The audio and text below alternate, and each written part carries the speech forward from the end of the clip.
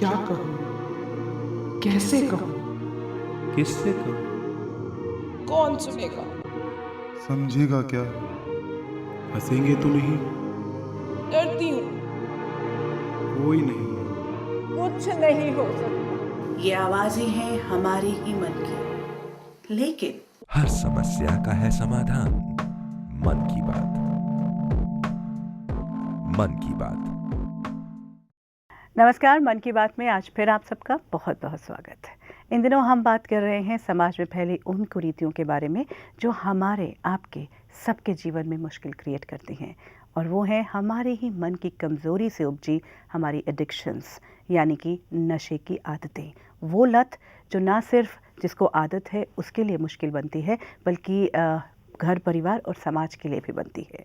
हमने टबैको और अल्कोहल के बारे में बात की है। आज बात करेंगे उन नशीले पदार्थों की, यानी कि ड्रग्स की, जिनकी एडिक्शन बहुत घातक हो सकती है। क्यों होती है ये एडिक्शन, क्या करना चाहिए और क्या इससे बाहर निकलने के तरीके हैं, बात करेंगे। हर बार की तरह हमारे साथ हैं वरिष्ठ मनोचिकित्सक डॉक्टर अवधेश शर्मा जी, और आज हमारे साथ हैं एक और वरिष्ठ मनोचिकित्सक डॉक्टर गौरव गुप्ता जी, जो कि पिछले 10 सालों से ड्रग की डी एडिक्शन के प्रोसेस में लगे हुए हैं और बहुत लोगों की उन्होंने मदद की है। आप दोनों का बहुत बहुत स्वागत। नमस्कार। नमस्कार। नमस्कार। डॉक्टर साहब, सबसे पहले आपसे यही जानना चाहेंगे, ड्रग्स किन्हें कहते हैं? क्योंकि अब तो कई तरह के ड्रग्स जो है, दवाइयों को भी कई बार कहा जाता है जो ड्रग्स हैं। चीज़ें जिनका हमारे शरीर पर असर होता है और उसकी वजह से हमारी सोच, हमारी भावनाएं या हमारा बिहेवियर बदल जाता है, उसको केमिकल सब्सटेंस कहते हैं। अगर वो किसी बीमारी के लिए डॉक्टर की देखरेख में लिया जाए तो उसे मेडिसिन्स कहते हैं। उन्हीं मेडिसिन्स का अगर बिना डॉक्टर की देखरेख के या किसी नशे के रूप में या जब उसकी ज़रूरत नहीं है तब उसका इस्तेमाल किया जाए तो वो non medical use of drugs हो जाता है। यानी है तो वो दवाइयाँ ही, लेकिन अब उनका इस्तेमाल दवाइयों के रूप में नहीं हो रहा। इसमें एक और चीज़ है कि क्या लीगल है और क्या नहीं है। लीगल है अल्कोहल, टबैको और जो दवाइयाँ किसी कार्य में इस्तेमाल होती हैं, और इलीगल है यानी उनकी रोक भी नहीं, उन पे रोक लगी होनी चाहिए, समाज में बिकनी नहीं चाहिए, वो है इलीगल। और उनमें कई तरह की drugs starting from cannabis, opiate related products, cocaine वगैरह वगैरह आ जाती हैं। ज़्यादातर लोग जब ड्रग एडिक्शन की बात आती है तो लोग कहते हैं कि ये हमारे लिए नहीं हो सकता, हमारे घर परिवार के लिए नहीं होगा ये। देखिए, जैसे जैसे समाज बदल रहा है, शुरू में एक्सपेरिमेंटेशन के तौर पे बहुत सारे लोग नशीले पदार्थों से एक्सपेरिमेंट करते हैं। रीज़न होता है स्ट्रेस, रीज़न होता है पीयर प्रेशर, और उन कारणों से वो पहली बार नशे के कोई नशीले पदार्थ को लेते हैं।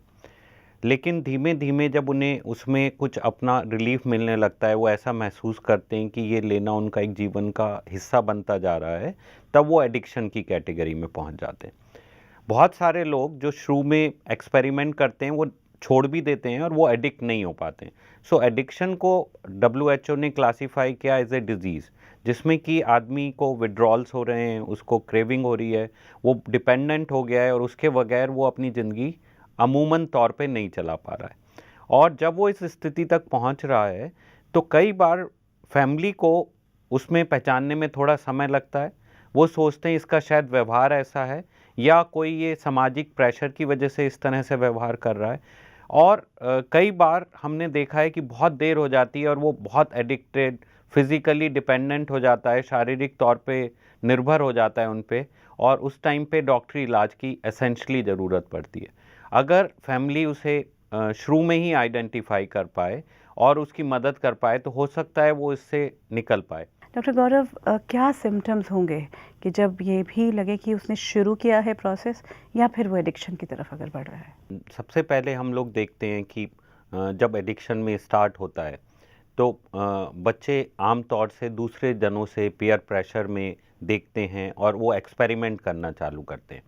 एक्सपेरिमेंटेशन के टाइम में जो खास लक्षण दिखते हैं वो अकेलापन, जो एक नॉर्मल बच्चों से दोस्ती थी उनसे हट के दूसरे बच्चों की तरफ अट्रैक्ट हो रहे हैं, उनका इंटरेस्ट पढ़ाई में कम हो रहा है, या बड़े लोगों में देखते हैं कि वो गुमसुम रहने लग गए हैं, काम से थोड़ी कंप्लेंट आने लगी हैं, जनरली वो अपने में अलूफ रहते हैं, फैमिली में अटेंशन नहीं दे रहे हैं। तो इस तरह के लक्षण जब हमें दिखने लगते हैं तो ऐसा लगता है कि कहीं ना कहीं कुछ गड़बड़ हो रहा है।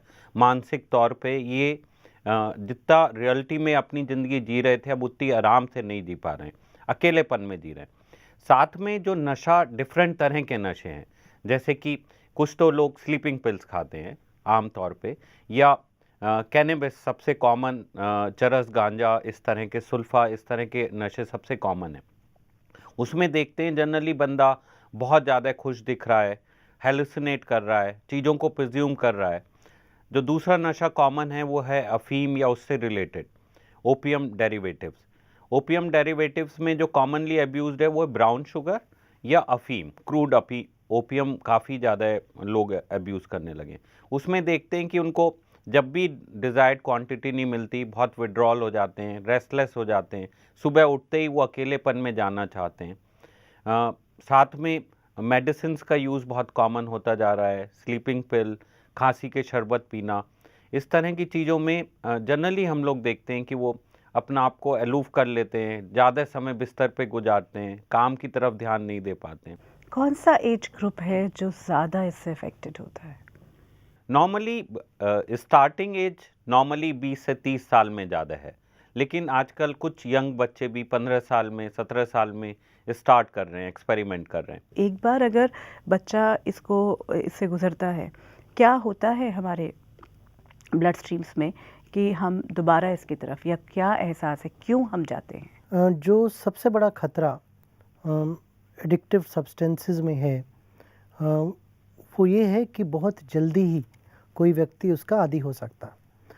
तंबाकू और अल्कोहल में चाहे सालों लगते हों, लेकिन यहाँ पर कुछ दिनों में ही वो व्यक्ति उसका एडिक्ट हो सकता है। जब कोई व्यक्ति इसको लेता है तो कुछ देर के लिए, कुछ घंटों के लिए उसको कुछ प्रकार के शरीर के अंदर से बदलाव आते हैं, जो आमतौर पे थोड़ी देर के लिए उसे या तो रिलैक्स करते हैं, या उसे प्रफुल्लित महसूस करवाते हैं, या नींद सी आने लगती है, या वो अच्छी तरह से कॉन्फिडेंटली बात कर सकता है।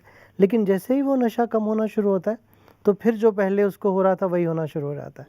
तो उसे फिर से कोशिश करनी पड़ती है उस नशे को बरकरार रखने के लिए, और बहुत स्पीड से फिर वो उसको बार बार एक्सपीरियंस को करता है, और इससे पहले कि वो रोकने की कोशिश करे वो उसके हाथ से चीज़ चली जाती है। साइंटिफिक तौर पे एक्चुअली आजकल बहुत सारी रिसर्च हो रही हैं, उसमें ये कह रहे हैं कि डोपामीन एक ब्रेन में केमिकल है जो कि मेन कारण है जिसकी वजह से एडिक्शन करते हैं, और उससे अचानक से डोपामीन ड्रग्स जो हैं डोपामीन रिलीज़ करती हैं ब्रेन में, और उससे बहुत खुशी की फीलिंग महसूस होती है, और वो खुशी की फीलिंग जो है वो बहुत एडिक्टिव है।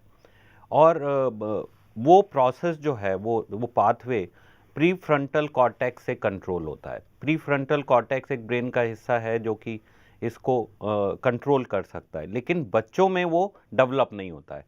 तो सबसे बड़ा सोसाइटी के लिए थ्रेट ये है कि अगर कोई यंग बच्चे इसको एक्सपेरिमेंट करें तो उनका एडिक्शन होने का बहुत हाई चांसेस है, एज वेल एज ये डोपामीन को बार बार रिलीज़ करना या वो प्लेजर बार बार अचीव करना एडिक्टिव है, और उस वजह से वो एडिक्ट होते जा रहे हैं।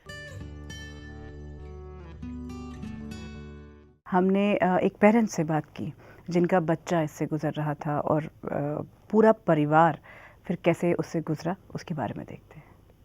मेरा इकलौता बेटा 20 साल का है। पिछले साल कैंसर से मेरी पत्नी की डेथ हो गई थी। तब से हमारी पूरी ज़िंदगी जैसे उजड़ गई है। मैं काम में बिज़ी रहता था। मेरे बेटे का ऐसे मुश्किल समय में साथ देने वाला कोई नहीं था। वो घर में अकेला रहता था। फिर उसके एक दोस्त ने उसको गांजा ट्राई करवा दिया, ये कहकर कि उससे इसका अकेलापन दूर हो जाएगा। और फिर मेरे बेटे ने गांजा लेना शुरू कर दिया, और उसके अलावा और भी ड्रग्स लेने शुरू कर दिए। वो रोज़ नए दोस्तों को घर पर लेकर आता और पार्टियों में बिजी रहता और खुश भी रहने लगा। मुझे लगा कि चलो अब अपने दोस्तों के साथ मिलकर ये खुश रहता है, तो मैंने भी ध्यान नहीं दिया। लेकिन उसके ड्रग्स लेने की भनक मुझे तब लगी जब मेरी अलमारी से रोज़ पैसे गायब होने लगे। तब मुझे उस पर शक हुआ और मैंने उसके कॉलेज के फ्रेंड से पूछताछ की तो मुझे पता चला कि ये पिछले 2 महीनों से कॉलेज ही नहीं जा रहा और ड्रग्स लेना शुरू कर दिया है।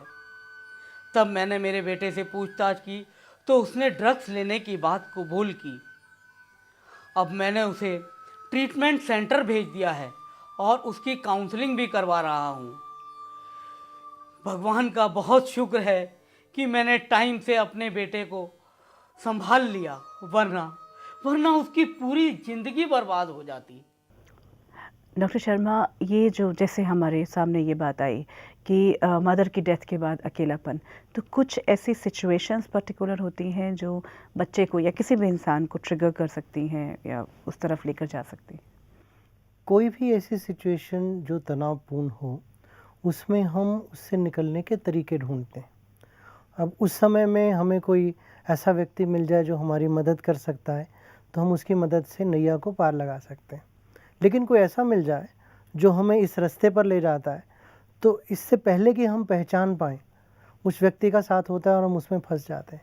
तो कोई भी ऐसी सिचुएशन स्पेसिफिकली तो नहीं है जिसकी वजह से लोग ड्रग्स में पड़ जाते हैं, लेकिन हाँ, तनावपूर्ण वातावरण, अकेला है, किसी फेलियर को महसूस कर रहा है, कोई बड़े नहीं हैं जिसके साथ वो कोई बात अपनी डिस्कस कर सके, या उसे अपने जीवन में जो जीवन कौशल चाहिए कि लोगों से कैसे ना कह सके, वो नहीं उस समय में आते, तो वो सर्कल में बहुत जल्दी फंस सकता है। डॉक्टर गुप्ता, इन्होंने कहा कि अपने बच्चे को मैंने डी एडिक्शन सेंटर्स भेजा। एक पहले मिथ ये आप क्लियर चाहते हैं कि पूरी तरह से ड्रग्स की एडिक्शन से निकला जा सकता है? ड्रग से निकलना भी एक कंप्लीट रिनोवेशन है एक आदमी का। उसके लिए उसको सबसे पहले द बिगेस्ट प्रॉब्लम इज़ कि अपना सेल्फ इच्छा नहीं होती है। बहुत सारे लोगों में ये इच्छा होती है कि अभी हम और करना चाहते हैं। सो सबसे पहले जो चीज़ सबसे ज़रूरी है वो ये है कि एक सेल्फ डिज़ायर, और जिसमें सेल्फ डिज़ायर होती है डेफिनेटली अगर वो एफर्ट करता है तो इससे निकल सकता है। क्या कुछ शामिल है डी एडिक्शन के इस प्रोसेस में? डी एडिक्शन के प्रोसेस में बेसिकली रिहैबिलिटेशन में सबसे पहला तो है कि शारीरिक और मानसिक तौर पे उसका ट्रीटमेंट करके हम लोग उसे एक नॉर्मल स्थिति में लाते हैं, जिससे कि वो चीज़ों को अच्छे से समझ सके और उसमें ये कॉन्फिडेंस हो कि मैं ज़िंदगी को बगैर ड्रग के भी जी सकता हूँ। साथ में फिर हम दूसरा प्रोसेस होता है रिहैबिलिटेशन का, जिसमें उसे ये सिखाते हैं कि बार बार उसके मन में ऐसे ख्याल आ सकते हैं कि मैं दोबारा से ड्रग ले लूँ, और ऐसी इच्छा जाग सकती है कि ड्रग लेने में मेरी ज़िंदगी ज़्यादा अच्छी थी, और उसको बदलने के लिए तुम्हें अब एक नई ज़िंदगी जीनी है जिसमें परिवार, समाज और तुम्हारी सेहत, ये तीनों ही दायरे सबसे ज़्यादा इम्पॉर्टेंट हैं, ना कि केवल तुम्हारा प्लेजर, केवल खुशी। हम उसे जब समझाते हैं तो ये भी एक इम्पॉर्टेंट रहता है कि वो एक स्टेबली ज़िंदगी जीने के लिए इन केमिकल पे बेस होकर अपनी ज़िंदगी नहीं जी सकता है। उसे इस केमिकल के आधार से निकल के एक खुशी के दूसरे आधार ढूंढने पड़ेंगे, जैसे काम, फैमिली या समाज। इस तरह के जब आधार वो ढूंढ लेता है तो वो अपना फोकस लाइफ का चेंज कर लेता है और वो ड्रग एडिक्शन से निकल पाता है। डॉक्टर साहब, दवाइयों का कितना इस्तेमाल ज़रूरी है? मतलब कितना यूज़ करना पड़ता है और फिर कितनी देर तक? ये देखना पड़ता है कि वो किस चीज़ का इस्तेमाल कर रहा। कुछ चीज़ें तो छोड़ने में मुश्किल इतनी नहीं होती, पर अगर बहुत लंबे समय तक ले रहा है और छोड़ते वक्त उसे साइकोलॉजिकल या फिज़िकल विड्रॉल्स बहुत ज़्यादा होते हैं, तो उस समय में उसकी मदद करने की ज़रूरत पड़ सकती है। ये प्रोसेस कुछ केसेस में 10 से 15 दिन, थोड़ी सी मेडिसिन की मदद, कुछ केसेस में 3 से 6 महीने, लेकिन इसको परमानेंट नहीं बनाने की ज़रूरत। ये नहीं कि आपने एक चीज़ छोड़ी और दूसरी चीज़ शुरू कर दी, और ये सिर्फ डॉक्टरी सलाह के अंदर ही होना चाहिए। लेकिन जो नशे करते हुए उसके शरीर पर असर पड़ा, उसको बेहतर करने के लिए कुछ खास तरह के विटामिन्स या न्यूट्रिशंस, या अगर कोई कॉम्प्लिकेशंस हुई हैं, शरीर के किसी हिस्से पर बहुत ज़्यादा प्रभाव पड़ चुका है, उसे ठीक करने के लिए, और कई बार कुछ साइकेट्रिक प्रॉब्लम्स भी इस दौरान में शुरू हो सकती हैं, तो उनके इलाज के लिए ज़रूर दवाइयों की ज़रूरत पड़ सकती है। तो एक ऐसी महिला से बात की कि जो जिनके हस्बैंड ड्रग्स में हैं और वो किस तरह से सफ़र कर रही हैं, उनकी बात सुनते हैं। मेरी शादी 10 साल पहले हुई थी। शादी क्या, मैं कहूँ कि मैं नरक के द्वार में घुसी थी। जबकि मैं अपने हस्बैंड को पहले से जानती थी। क्या जांबाज, ज़िंदगी को जीने की इच्छा, मुझे बहुत अट्रैक्टिव लगता था उस समय। फिर मुझे पता चला कि वो चरस लेते हैं। मैंने कहा ये क्या? कहते हैं कि रिलैक्स करने के लिए थोड़ा लेते हैं, शादी के बाद छोड़ देंगे। शादी के बाद क्या, मुझे समझ में आया कि वो किसी भी चीज़ को सीरियस नहीं लेते। फैमिली में कोई इज्जत ही नहीं है, बिजनेस में कोई ध्यान ही नहीं है। पर फिर मैंने जैसे ठाना कि मैं उन्हें सुधारूंगी। अगर वो ड्रग्स लेते थे तो मुझे लगता था मुझ में कुछ कमी है, मैं उन्हें प्यार और सेवा नहीं दे रही। धीरे धीरे पैसे के लिए उन्होंने चीज़ों को बेचना शुरू कर दिया। ये तो मैं कभी सोच भी नहीं सकती थी कि मेरे साथ ऐसे। फिर मेरे गहने भी बिल्कुल बदल गए। वो जब ठीक होते थे तो बहुत अच्छे, पर कुछ घंटों बाद जैसे कोई और ही उन पर सवार हो जाता था। मैंने क्या नहीं किया, मैंने डॉक्टरों की सलाह ली, उनकी मर्ज़ी के ख़िलाफ़ भी मैंने, उनकी जानकारी के बिना भी मैंने उन्हें दवाइयाँ दी, कोई फ़ायदा नहीं हुआ। अब क्या, अब मेरी बच्ची भी बड़ी हो रही है। वो पूछती है कि पापा क्या करते हैं, क्यों नहीं उससे बोलते, क्यों उसके लिए कुछ लाते नहीं, उसके पापा औरों के पापा जैसे क्यों नहीं हैं। मैं क्या जवाब दूँ?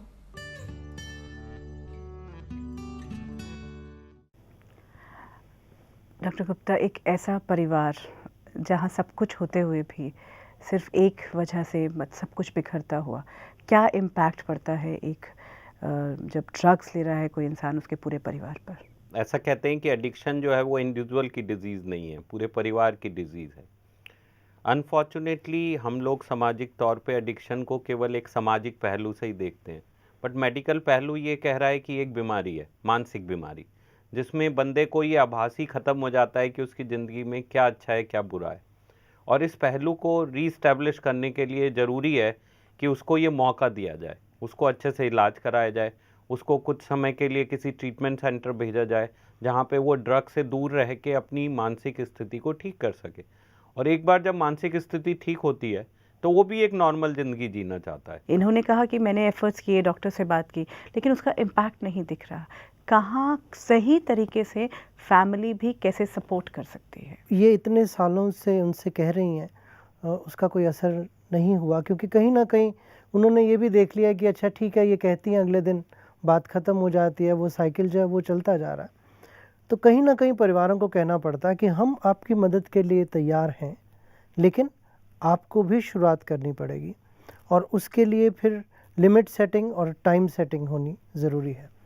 पर एक बार अगर वो प्रोसेस शुरू हो जाए तो उसके बाद फिर पुरानी बातें उठा के लाना, उसके बाद ये कहना कि तुमने तो कभी भी ऐसा नहीं किया, तुम तो कभी भी अच्छे पति नहीं थे, तुम्हारी वजह से मेरी ज़िंदगी में ये हो रहा है वगैरह वगैरह, तो उसका कोई फ़ायदा नहीं होता, बल्कि वो उस व्यक्ति को उससे बाहर आने में बाधक बनते हैं।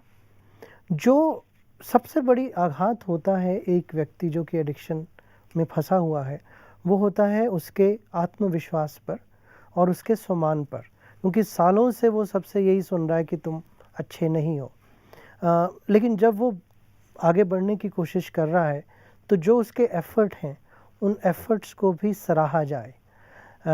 साथ ही साथ अगर माहौल कुछ ऐसा बनाया जाए जिसमें कि खुशी मिले, जिसमें कि उसे अच्छा लगे, जिसमें उसे ये पता लगे कि जब मैं छोड़ के आऊँगा तो मेरे लिए एक नया जीवन, एक नया परिवार मेरी वेट कर रहा है, तो उसके लिए उससे बाहर निकलना आसान हो जाता है। एक बार अगर डी एडिक्शन के प्रोसेस से हो गए, घर पहुँचे, उसके बाद कौन कौन सी ऐसी बातों का ध्यान रखना चाहिए ताकि रिलैप्सेस ना हो? देखिए, जो सबसे पहली आई थिंक सबसे इम्पॉर्टेंट बात ये है कि अपने इलाज को ये ना समझें कि कंप्लीट हो गया है। किसी न किसी तरह से अपने मन को बार बार ये रिमाइंड कराना ज़रूरी है कि आप इस प्रॉब्लम से गुजर रहे हैं और ये प्रॉब्लम दोबारा से आपको पकड़ सकती है।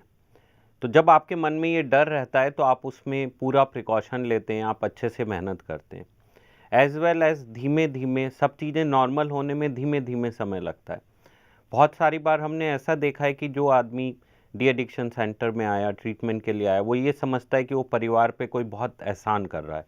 अपनी जिम्मेदारी या अपनी कमी या अपनी बीमारी को ना समझ के वो सारी उम्मीदें परिवार से रखता है और थोड़ी सी कोई पारिवारिक परेशानी आने में वो वापस उसी चीज़ में जाने की कोशिश करता है। तो परिवार को और उनको साथ में बैठ के ये तय करना चाहिए कि ये पूरे ट्रीटमेंट में परिवार का क्या रोल है और उनका क्या रोल है, और उस रोल को अच्छे से डिफाइन करके रेगुलर उसमें हेल्प लेनी चाहिए। ऐसा माना जाता है कि अगर कोई जना रेगुलर थेरेपी में रहता है, रेगुलर इलाज में रहता है लंबे समय तक, तो उसके इस प्रॉब्लम से निकलने के चांसेस धीमे धीमे धीमे धीमे काफ़ी इम्प्रूव हो जाते हैं।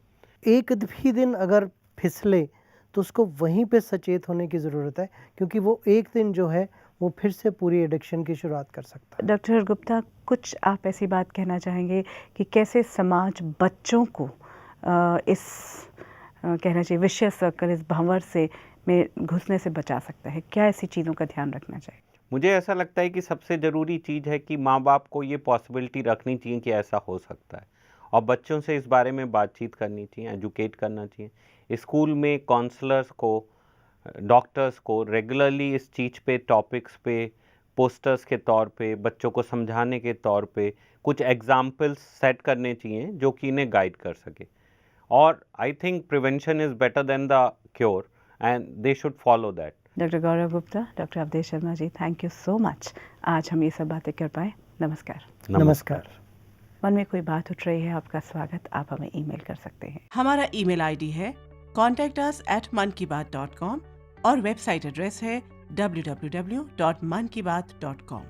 आज की मन की बातों का सार: तनाव जीवन का कोई नकारात्मक मोड़, पारिवारिक रिश्तों में तनाव या हम उम्रों का दबाव, ये सब नशा आजमाने को प्रेरित कर सकते हैं। नींद और खांसी की दवा का भी नशे के रूप में दुरुपयोग किया जाता है।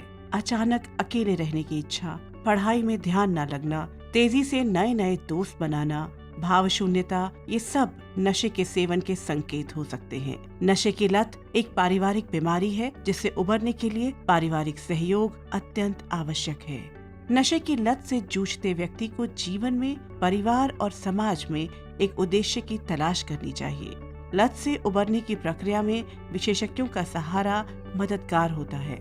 लत से उबरने का प्रयास कर रहे व्यक्ति को भरपूर प्रोत्साहन और सहयोग दें। एक भी बार दोबारा सेवन वापस लत की शुरुआत कर सकता है। स्कूलों में जागरूकता अभियान और जीवन कौशल प्रशिक्षण नशा न आजमाने में सहायक सिद्ध होते हैं।